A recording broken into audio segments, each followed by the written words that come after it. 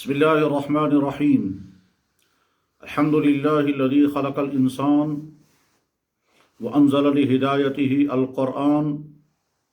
وأمره أن يقرأ في كل ركعة من الصلاة فعمل به سيد الإنس والجان وعلى آله وأصحابه الذين هم مصابيح الظلام والصلاة والسلام على سيدنا محمد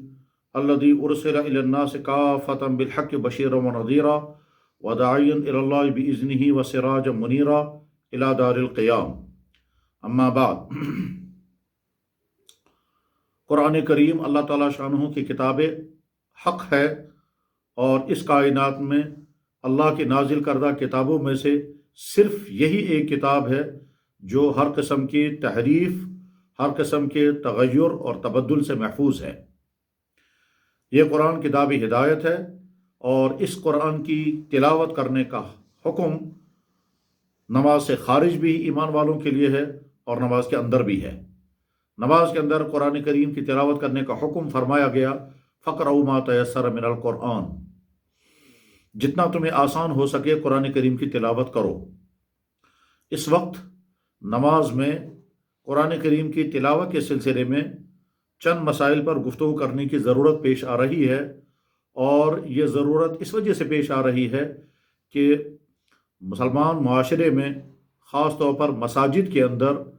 قرآن نمازوں کی تلاوت کے سلسلے میں بعض مقامات پر سخت افراط و تفریط بھی پائی جاتی ہے، اور بعض مقامات پر انتشار کی صورتحال بھی ہوتی ہے. اس لیے بہت سارے بھائیوں نے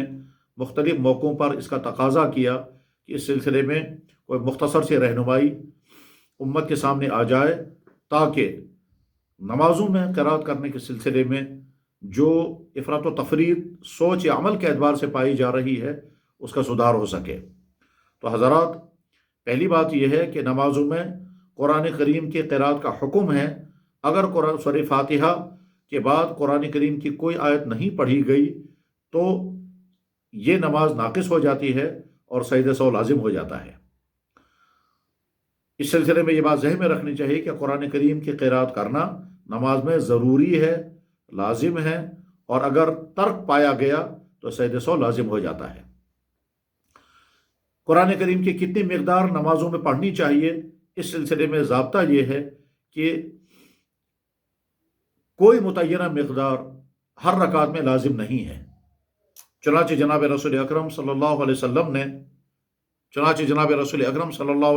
نے صرف معوذتین یعنی سورہ فلق اور سورہ ناس فجر کی نمازوں میں تلاوت فرمائی، اور خود آپ علیہ الصلوۃ والسلام نے مغرب کی نماز میں سورہ طور اور سورہ مرسلات کی تلاوت فرمائی. اس سے واضح ہوتا ہے کہ گویا اگر ضرورت ہو تو کم سے کم قرات بھی کی جا سکتی ہے، اور اگر موقع ہو تو طویل قرات بھی کی جا سکتی ہے. لہذا جن مساجد میں اماموں پر دباؤ ڈالا جاتا ہے کہ آپ مسنون قرات ہی کی قرات فرمائیں گے، اس سے کم اگر قرات کی گئی تو نماز ادا نہیں ہوئی، اور نمازوں کا اعادہ تک کرایا جاتا ہے، یہ سوچ صحیح نہیں ہے، یہ مسئلے کی روح سے غلط ہے. ایک ہے قدر ما یجوز بہ القرات، قدر ما یجوز بہ الصلاۃ، نماز کتنی مقدار سے درست ہو جائے گی؟ تو جواب ہے کہ کم سے کم مقدار کی قرات اگر کی جائے، ایک بڑی آیت یا 3 چھوٹے آیتیں، تو نماز درست ہو جائے گی. اور فجر و ظہر کی نماز میں بھی اگر اس طرح کی مختصر قرات کی گئی تو نماز ادا ہو جاتی ہے. دوسرا مسئلہ اس سلسلے میں یہ ہے کہ بعض مقامات پر بڑا اصرار کیا جاتا ہے کہ مسنون قرات ہی ہونی چاہیے، اگر مسنون قرات نہیں ہوگی تو نماز درست نہیں ہوئی، اور بعض جگہوں پر نماز کا اعادہ کرایا جاتا ہے. تو اس کا جواب یہ ہے کہ مسنون قرات یقیناً نمازوں میں اجر و ثواب کا ذریعہ ہے، مگر یہ لازم نہیں ہے اس درجے کے لازم کہ اگر مسنون قرات نہیں کی گئی تو نماز ہی ادا نہ ہوئی. اور بعض جگہوں پر مقتدیوں میں سے کچھ حضرات اماموں پر زور ڈالتے ہیں کہ صاحب آپ نے تو نماز ہی صحیح نہیں پڑھوائی اور آپ کا نماز کا اعادہ کرنا پڑے گا. یہاں تک کہ ایک ادارے کے متعلق میں نے سنا کہ وہاں کے کوئی ذمہ دار صاحب بزرگ جو ہیں وہ امام صاحب کو نماز کے دوران ہی امام صاحب کو گھسیٹ کر کے ان سے کہنے لگے کہ آپ نے مسنون قرات کو چھوڑ کر کے دوسری آیتیں کیوں پڑھی ہیں، اور اس کے نتیجے میں ساری نماز جو ہے وہ انتشار کا شکار ہو گئی. اس درجے کا غلو صحیح نہیں ہے. مسنون قرات بلا شبہ مسنون قرات ہے اور اس میں اجر و ثواب زیادہ ہوگا، لیکن اس کے خلاف ورزی اگر کی جا رہی ہے اس کے معنی یہ نہیں کہ نماز کا اعادہ کیا جائے. اس کے بعد پھر مسنون قرات کس چیز کا نام ہے؟ عموماً فقہاء کرام لکھتے ہیں کہ طوال مفصل، اوساط مفصل، قصار مفصل، یعنی سورہ حجرات سے لے کر کے سورہ بروج تک، اور سورہ بروج سے لے کر سورہ بینہ تک، اور سورہ بینہ سے لے کر اخیر تک، سورہ حجرات سے لے کر کے سورہ بروج تک فجر کی نماز میں اور ظہر کی نماز میں قرات کی جائے، اور سورہ بروج سے لے کر سورہ بینہ تک عصر کی نماز میں اور عشاء کی نماز میں قرات کی جائے، اور اس کے بعد سورہ بینہ سے اخیر تک مغرب کی نماز میں یہ قرات کی جائے۔ یہ ہے قرات مسنونہ۔ مگر اس قرات مسنونہ کے معنی یہ نہیں ہے کہ یہی صورتیں قرات میں کرنا لازم ہے۔ اگر اتنی مقدار کے قرات قرآن کریم کے دوسرے مقامات سے کی جا رہی ہے اور مقدار اتنی پائی گئی تو یقیناً وہ بھی سنت ادا ہو جائے گی۔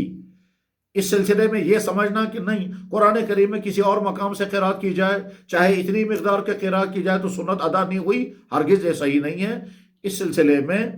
یہ سمجھ لینا چاہیے کہ ایک تو ہے مقدار مسنون کے بقدر قرات کرنا، ایک ہے سور متعینہ کی قرات کرنا۔ مقدار مسنون کے بقدر قرات کرنے کا ثبوت موجود ہے کہ اللہ کے نبی علیہ الصلوۃ والسلام کی نمازوں کا حال احادیث میں جو موجود بیان کیا جاتا ہے، اس میں بخاری، اس میں مسلم، اس میں نسائی اور دوسری حدیث کی کتابیں ہیں۔ بعض روایتوں میں آتا ہے کہ آپ فجر کی نماز میں ایک رکعت میں 40 سے لے کر 50 آیتیں پڑھتے تھے، کہیں آتا ہے 50 سے 60 آیتیں، کہیں آتا ہے 100 آیتوں تک، اور کہیں آتا ہے ان آیتوں کو تقسیم کر کے 2 رکعتوں میں پڑھتے تھے۔ تو وہاں صورتیں متعین نہیں ہیں۔ اس لیے یہ ایک سمجھنا کہ اگر کسی انسان نے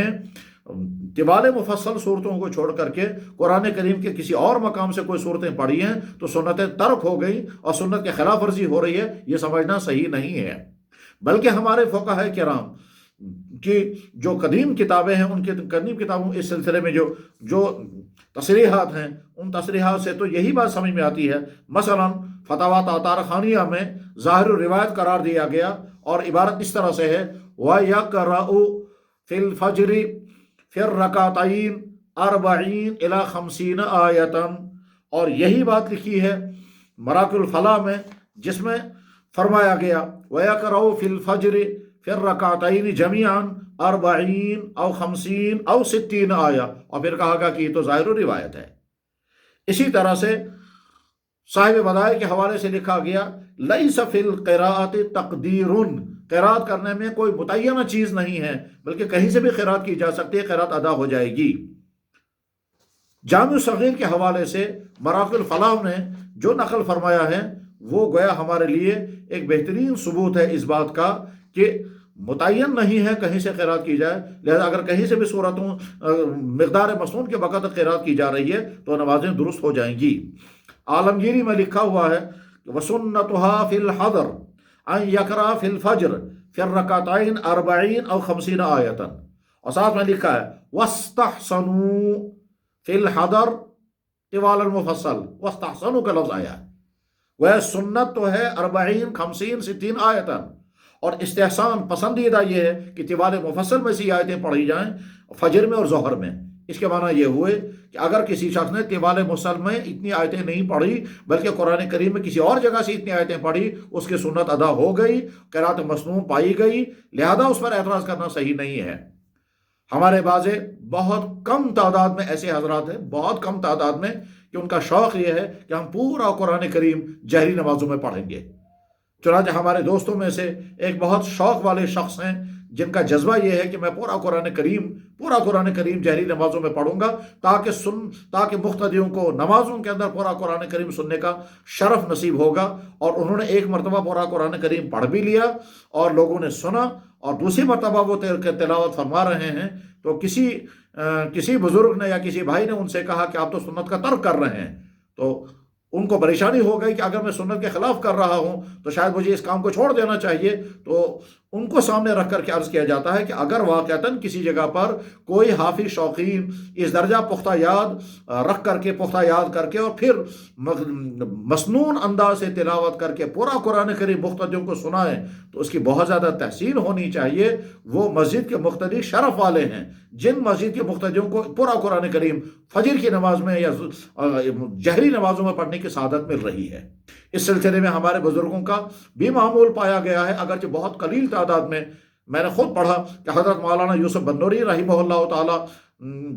کی خدمت میں سوال عرض کیا گیا کہ حضرت فلاں مسجد میں فلاں قاری صاحب ہیں، انہوں نے پورا قرآن کریم مکمل کیا ہے، اب ختم کرنے کے قریب ہیں، ہماری چاہت ہے کہ آپ آخری نماز جس میں وہ مکمل قرآن کریم کریں گے آپ اس میں شرکت فرمائیں۔ چنانچہ حضرت مولانا یوسف بن نوری جو شاگرد عظیم تھے حضرت علامہ انور شاہ صاحب رحمہ اللہ تعالیٰ کے، وہ اس نماز میں شریک ہو گئے اور آخری نماز میں، اور اس کے بعد پھر مفصل خطاب فرمایا اور فرمایا کہ قرآن کریم کی اعجاز میں سے ایک اعجاز یہ بھی ہے کہ پورا قرآن حفظ ہو جاتا ہے، اور ہمارے قاری صاحب جنہوں نے پورا قرآن کریم فرض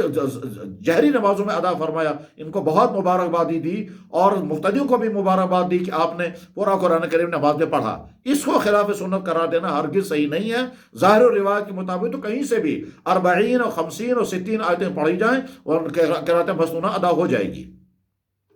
البتہ جب کوئی قاری صاحب چاہیں کہ میں پورا قرآن کریم مقتدیوں کو سناؤں گا تو اتنی طویل اور لمبی قرأت بھی نہیں کرنی ہے کہ مقتدیوں پر بوجھ بن جائے۔ اگر کوئی آدمی شرما شرمی کی وجہ سے، حیا کی وجہ سے زبان پر نہ لانے پائے تو اس کے معنی یہ نہیں ہے کہ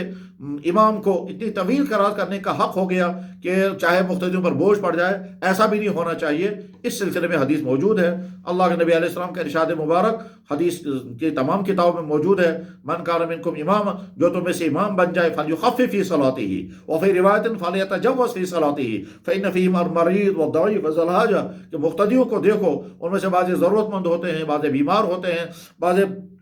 معمر حضرات ہوتے ہیں، اتنی طویل قرأت نہ کی جائیں، جتنی طویل قرأت نہ کی جائے کہ مقتدیوں پر بوجھ بن جائے۔ چنانچہ حضرت معاذ بن جبل رضی اللہ تعالیٰ عنہ کے متعلق احادیث میں آتا ہے کہ وہ عشاء کی نماز میں پہلی رکعت کے اندر سورہ بقرہ اور دوسری رکعت کے اندر سورہ آل عمران جیسی طویل صورتیں پڑھتے تھے، اور اس کے جب اللہ کے نبی علیہ السلام کے علم میں یہ بات آئی تو آپ نے ناگواری کا اظہار فرماتے ہوئے فرماتا یا معاذ افتان انت وفی روایت افاتن انت افتان افتان افاتن انت، گویا آپ نے اصلاح فرمائی کہ اتنی طویل قرأت نہ کی جائے، مختصر قرأت کی جائے جتنا مقتدیوں پر بوجھ نہ ہو۔ لیکن اس کے معنی یہ بھی نہیں ہے کہ مقتدی تساہل کی بنا پر، سستی کی بنا پر، سہل انگاری کی بنا پر اماموں کو مجبور کریں اور کے ساتھ مختصر سے مختصر نماز پڑھائیں، چاہے مسجد کے باہر گھنٹوں کھڑا رہنا پڑے مگر مسجد کے اندر تھوڑی دیر کھڑا رہنا بھی بوجھ بن جائے، وہ بھی نہیں ہونا چاہیے۔ تو مقتدیوں کو قرأت مسنون کے بقدر قرأت سننے کے لیے تیار رہنا چاہیے۔ وقتی طور پر احیاناً کبھی مختصر قرأت کی ضرورت پڑے، امام اختصار کر سکتا ہے۔ اس سلسلے میں اماموں کو بھی اپنا رویہ درست کرنا چاہیے، مقتدیوں کو بھی اپنا رویہ درست کرنا چاہیے، اور افراط و تفریط سے بچ کر کے اپنی نمازوں کو بہتر سے بہتر نمازیں بنانے کی کوشش کرنی چاہیے۔ اللہ تعالیٰ شانہ قرآن کریم کی صحیح تلاوت، قرآن کریم کی تلاوت کو سننے کا صحیح ذوق اور حق قرآن کریم ادا کرنے کی توفیق عطا فرمائے۔ وآخر دعوانا ان الحمد للہ رب العالمین برحمتک یا ارحم الراحمین۔